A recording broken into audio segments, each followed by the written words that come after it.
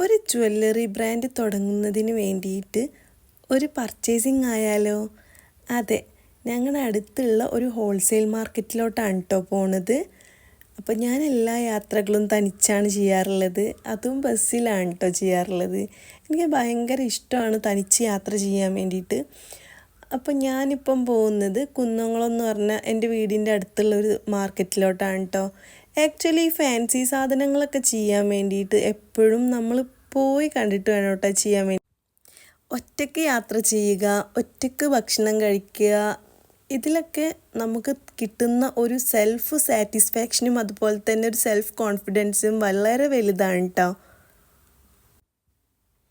ഈ ബിസിനസ് ചെയ്യുന്ന ആളുകൾക്ക് നല്ല നല്ല ഹോൾസെയിൽ ഷോപ്പുകളിലൊക്കെ പോയി കഴിഞ്ഞിട്ടുണ്ടെങ്കിൽ ഒരു ഇന്നർ എനർജി കിട്ടും കേട്ടോ.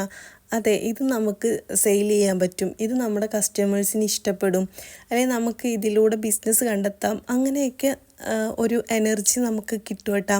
അങ്ങനെയുള്ളൊരു സ്ഥലമാണ് ഈ ഒരു ഷോപ്പ്. എവിടെ നോക്കിയാലും നല്ല നല്ല ഭംഗിയുള്ള സാധനങ്ങളാണ്. നമുക്ക് എങ്ങനെ ഏതൊക്കെ എടുക്കണം എന്നുള്ള കൺഫ്യൂഷനാവും.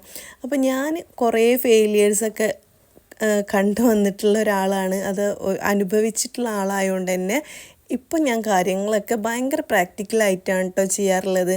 അതായത് ഒരുപാട് സാധനങ്ങൾ എടുക്കാണ്ട് കുറച്ച് ഐറ്റംസ് എടുത്ത് അതിനെ മാർക്കറ്റ് ചെയ്യാൻ വേണ്ടിയിട്ടാണ് കേട്ടോ നോക്കാറുള്ളത്.